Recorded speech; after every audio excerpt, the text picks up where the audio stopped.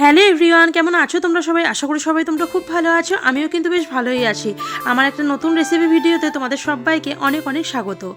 কাল বর্মশাই বাজার থেকে বেশ সুন্দর একটা কাতলা মাছের মাথা নিয়ে এসেছিল, আর ফ্রিজে কিন্তু বেশ কিছুটা পুঁই শাক রাখা ছিল। আমি জানো তো এই লাবড়া চচ্চড়ি এগুলো খেতে ভীষণ ভীষণ ভালোবাসি, তবে এখন খুব একটা বানানো হয় না, কারণ বাড়িতে নিজের জন্য আলাদা করে কিছু বানাতে ইচ্ছা করে না। জানো তো আমার দিদিমা না এই চচ্চড়ি লাবড়া এগুলো ভীষণ ভীষণ ভালো বানায়, তবে এখন তো সবসময় চাইলেই দিদিমার হাতের রান্না খাওয়া সম্ভব নয়, তাই কিন্তু নিজেকেই বানিয়ে নিতে হয়। তবে আমি এই রেসিপিটা কিন্তু দিদিমার কাছ থেকে অনেক আগে থেকেই শিখে রেখেছি।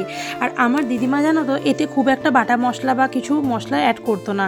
নর্মালি 5 ফোড়ন, শুকনো লঙ্কা, তেজপাতা ফোড়ন দিয়ে সামান্য কিছু মশলা দিয়ে, মানে নুন হলুদ মিষ্টি দিয়ে কিন্তু এটা বানাতো। আর এটা এত সুন্দর খেতে হতো যে এক থালা ভাত এটা দিয়েই খাওয়া হয়ে যেত। আর মাছের মাথা পড়লে তার তো আর কোনো কথাই নেই। যারা এই চচ্চড়ি খেয়েছো তারা তো এর স্বাদ অবশ্যই বুঝতে পারবে। তো আজকের ভিডিওটা তাহলে এখানেই শেষ করছি। দেখা হবে একটা নতুন ভিডিওতে। ভালো থেকো সবাই, টাটা।